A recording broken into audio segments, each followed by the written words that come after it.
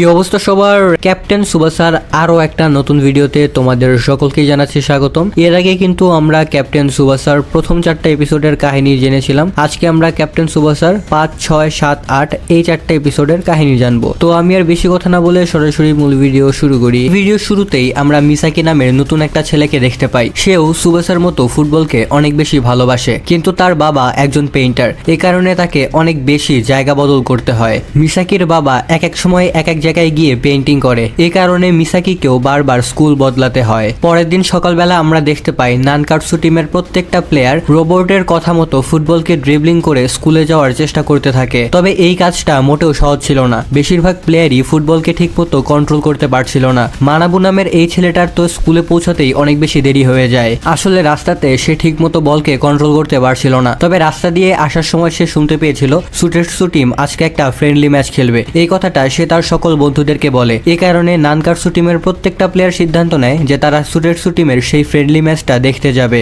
নানকাটসু টিমের প্লেয়াররা যখন সুটেটসু স্কুলের স্টেডিয়ামে যায় তখন তারা সবাই অনেক বেশি অবাক হয়ে যায়, কারণ সুটেটসু স্কুলের স্টেডিয়াম অনেক বেশি বড় ছিল। এখানে হানজিও সুটেটসু টিমের এই ম্যাচটা দেখার জন্য এসেছিল। আমরা এখানে দেখতে পাই এখানে সুটেটসু টিমের প্রত্যেকটা প্লেয়ারই উপস্থিত আছে, তবে গেনজো এই ম্যাচটা খেলার জন্য এখানে আসেনি। আসলে সুবাসার কাছে হেরে যাওয়ার পর থেকে গেনজো নিজের বাসাতেই অনেক বেশি কড়া ট্রেনিং করছে। তবে গেনজোকে ছাড়াও সুটেটসু টিম অনেক বেশি শক্তিশালী ছিল। এই টিমের মধ্যে পাওয়ারফুল অনেক প্লেয়াররাই ছিল যারা সুটেটসু টিমকে গেনজোকে ছাড়াই জিতিয়ে দিতে পারত। সুটেটসু টিমের এরকম পারফরমেন্স দেখে ইশিজাকি এখানে অনেক বেশি টেনশনে পড়ে যায়। ইশিজাকি এখানে ভাবতে থাকে সুটেটসু টিম যদি এরকম পারফরমেন্স দিতে থাকে তাহলে আমরা তাদেরকে কিভাবে হারাবো। পরের দিন সকালবেলা আমরা দেখতে পাই রোবট এখানে সুবাসাকে সকাল সকাল ট্রেনিং দেওয়া শুরু করেছে। আর এই জিনিসটা বুঝতে পেরে নানকাটসু টিমের বাকি সকল প্লেয়াররা সকাল সকাল সেখানে চলে আসে। নানকাটসু টিমের প্রত্যেকটা প্লেয়ারই এখানে অনেক বেশি হার্ডওয়ার্ক করছিল। রোবটও এখানে তাদের সবাইকেই সমানভাবে ট্রেনিং দিচ্ছিল। মোটামুটি 1 মাস পর তাদের প্রত্যেকের স্কিলই আগের চেয়ে অনেক বেশি বেড়ে যায়।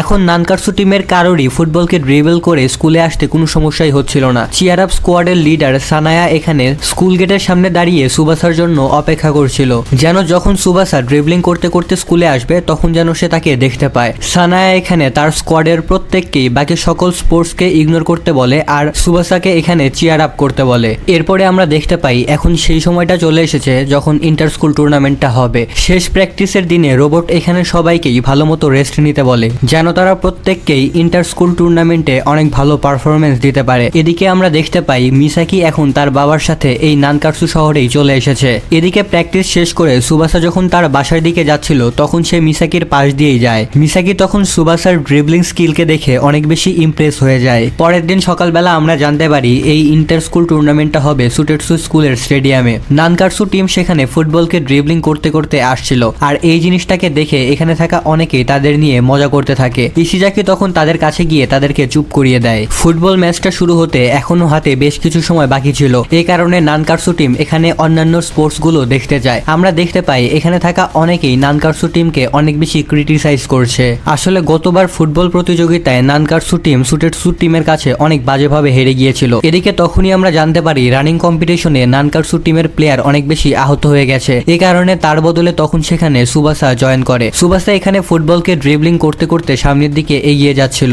দেখতে দেখতে সুবাসা এখানে সবাইকে পিছনে ফেলে দেয় এবং সে এই কম্পিটিশনটা জিতে যায়, অর্থাৎ নানকাটসু টিম এই রানিং কম্পিটিশন জিতে গেছে। এই জিনিসটা দেখে এখানে থাকা সবাই অনেক বেশি অবাক হয়ে যায়। এরপরে আমরা দেখতে পাই ইয়ামাবুকি স্কুলের ক্যাপ্টেন তাকেশি এখানে সুটেটসু টিমের খেলা দেখার জন্য এসেছিল। তাকেশি এখানে মোটামুটি শিওর ছিল যে আজকে সুটেটসু টিমই এই ম্যাচটা জিতে যাবে, কারণ সুটেটসু টিম অনেক বেশি পাওয়ারফুল আর তারা অনেক বেশি পপুলারও। তবে হানজি তখন এখানে এসে তাকে বলে মনে হয় না আজকে সুটেটসু টিম জিততে পারবে, কারণ আজকে সুটেটসু টিমের বিপরীতে অনেক পাওয়ারফুল একটা টিম আছে। হ্যাঁ, এটা নানকাটসু টিমই, বাট নানকাটসু টিম আর আগের মতো নেই। মধ্যে আমাদের একটা সিন দেখানো হয়, এখানে মিসাকি নানকাটসু স্কুলে ভর্তি হতে এসেছিল, তবে নানকাটসু স্কুলের গার্ড তখন তাকে সুটেটসু স্কুলের দিকে পাঠিয়ে দেয়, কারণ নানকাটসু স্কুলের সকলেই এখন সুটেটসু স্কুলে আসে সেই কম্পিটিশনটার জন্য। এখন আমরা সুবাসা আর তার টিমকে দেখতে পাই। এখানে থাকা সবাই এখন তাদের ইউনিফর্ম পরে খেলার জন্য প্রস্তুত হয়ে যায়। তারা যখন মাঠে আসে তখন তারা সবাই অনেক বেশি নার্ভাস হয়ে যায়, কারণ এই স্টেডিয়ামে অনেক বেশি মানুষরা ছিল। যেহেতু তারা আগে কখনোই এত মানুষদের মধ্যে খেলেনি, এই কারণে তাদের মধ্যে নার্ভাসনেস অনেক বেশি কাজ করছিল।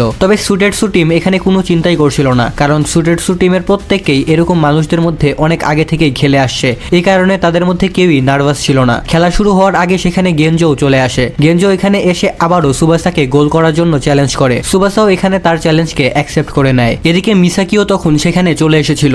মিসাকি তখন সেখানে সানায়ের সাথে পরিচিত হয়। মিসাকি মাঠের মধ্যে সুবাসাকে দেখার সাথে সাথে তাকে চিনে ফেলে। এদিকে গেনজো সুডেটসু টিমের প্রত্যেকটা প্লেয়ারকে বলে, তোমরা সবাই সুবাসার উপরে ভালো মতো নজর রাখবে, কারণ সুবাসাই একমাত্র প্লেয়ার যে আমাদের টিমকে হারিয়ে দিতে পারে। গেম শুরু হওয়ার পর দেখা যায় সুবাসা এবার ফরওয়ার্ড স্ট্রাইকারের বদলে ডিফেন্ডার হিসেবে খেলছে। আর এই জিনিসটা দেখে গেনজো সহ পুরো সুডেটসু টিম অনেক বেশি অবাক হয়ে যায়। তবে এরপরেও গেনজো এখানে তাদের প্ল্যান চেঞ্জ করে না। দেখতে দেখতেই ম্যাচ শুরু হয়ে যায়। সুডেটসু স্কুলের টপ 3 জন প্লেয়ার বল নিয়ে সামনের দিকে এগিয়ে যেতে থাকে। এই 3 জন প্লেয়ারের কম্বিনেশন অনেক বেশি হাই ছিল। বল নিয়ে সামনে যেতে যেতে টেপে নামের এই প্লেয়ারটা যখন একদম গোলপোস্টের সামনে চলে যায়, তখনই হঠাৎ করে সুবাসা সেখানে চলে এসে তার পা থেকে বল নিয়ে নেয়। এরপরে সুবাসা বল নিয়ে সামনের দিকে এগিয়ে যেতে থাকে। সুডেটসু টিমের কোনো প্লেয়ারই সুবাসার কাছ থেকে বল নিতে পারে না। এরপরে সুবাসা ইশিজাকির কাছে বল পাস দেয়। ইশিজাকি তখন গোল করার জন্য গোলপোস্টের দিকে বল শুট করে। তবে ইশিজাকির এই শুটটা অনেক বেশি দুর্বল ছিল। এ কারণে গেনজো এই বলটাকে খুবই সহজে ধরে ফেলে।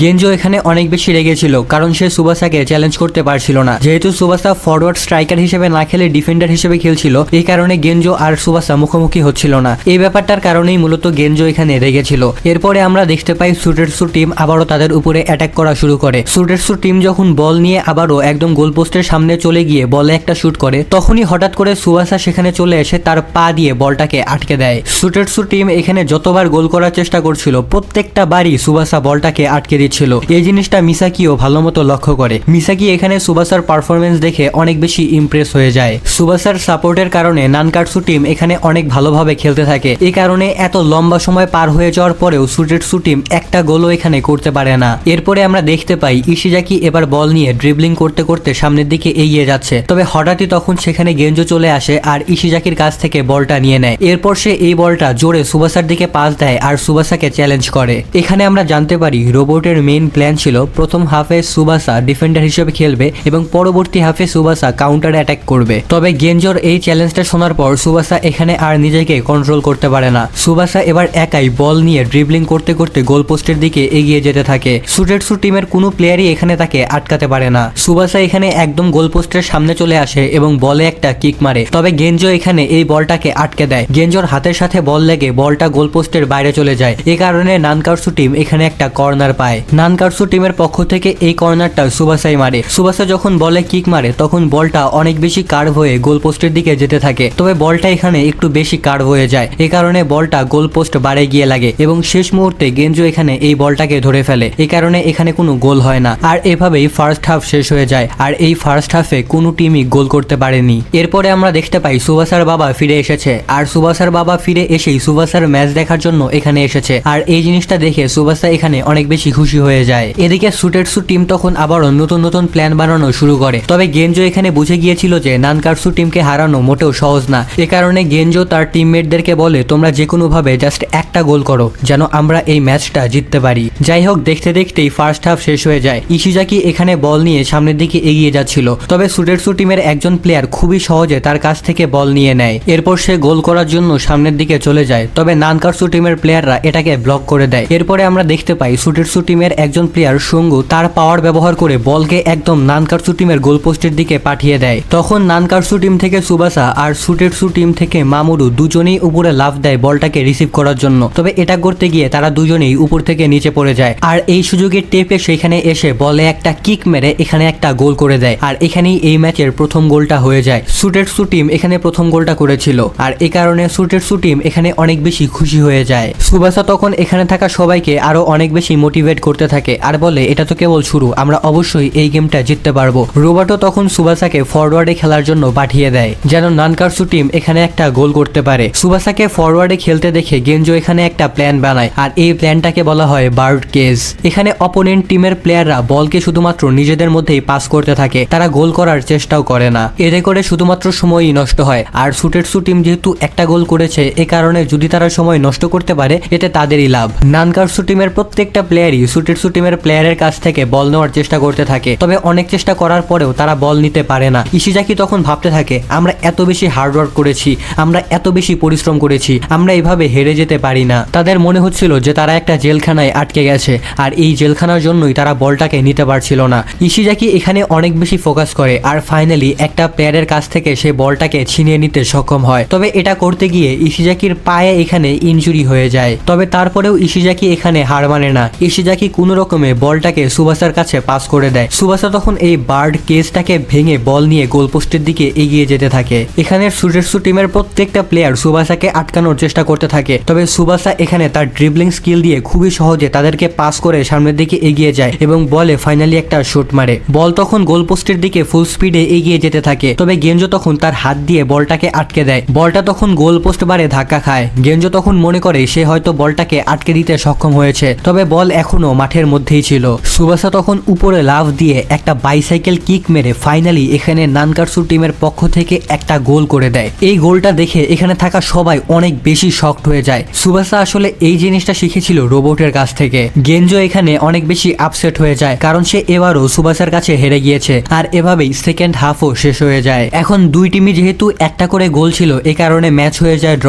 এ কারণে তাদেরকে এক্সট্রা টাইম দেওয়া হয়। এখন আমরা দেখতে পাই ইশিজাকি তার পায়ে অনেক বেশি আঘাত পেয়েছে, এ কারণে সে ঠিকমতো হাঁটতেও পারে না। এটা দেখে মিসাকি ইশিজাকির পরিবর্তে খেলার সিদ্ধান্ত নেয়। আসলে মিসাকি এতক্ষণে নানকাটসু স্কুলে শিফট হয়ে গিয়েছিল, এ কারণে মিসাকিও এখন নানকাটসু টিমের একজন সদস্য, তাই সে এই ম্যাচটা খেলতে পারবে। এরপরে আমরা গেঞ্জোকে দেখতে পাই সে সুবাসার কাছে হেরে গেছে, এ কারণে সে এখানে অনেক বেশি আপসেট হয়ে যায়। সে এখনই এই গেমটাকে কুইট করে সেখান থেকে চলে যেতে থাকে। তখনই এখানে তার পার্সোনাল ট্রেনার চলে আসে এবং তাকে একটা থাপ্পড় মারে। এরপর সে গেঞ্জোকে বলে, আমি কি এতদিন তাহলে একটা কাপুরুষকে ট্রেনিং দিয়েছিলাম? এরপরে সুটেটসু টিমের কোচ সেখানে আসে এবং গেঞ্জোকে এখানে বুঝায়। এ কারণে গেঞ্জোর কনফিডেন্স এখানে আবারও বুস্ট আপ হয়ে যায়। সে আবারও খেলার জন্য রাজি হয়ে যায়। এদিকে আমরা দেখতে পাই মিসাকি এখানে ইশিজাকির জার্সি পরে খেলার জন্য রেডি হয়ে যায়। খেলা শুরু হওয়ার সাথে সাথেই মিসাকি এখানে সুবাসাকে সামনের দিকে এগিয়ে যেতে বলে। এরপর সে নিজে বলটাকে নিয়ে ড্রিবলিং করতে করতে সামনের দিকে এগিয়ে যেতে থাকে। সুটেটসু টিমের কেউই তার কাছ থেকে বল নিতে পারছিল না। এটা দেখে এখানে থাকা সবাই অনেক বেশি অবাক হয়ে যায়। এখন মিসাকি আর সুবাসা নিজেদের মধ্যে বল পাস করতে করতে গোলপোস্টের সামনে চলে যায় এবং এখানে একটা গোল করার চেষ্টা করতে থাকে। তবে গেঞ্জো এখানে এই বলটাকে আটকে দেয়। আর এভাবেই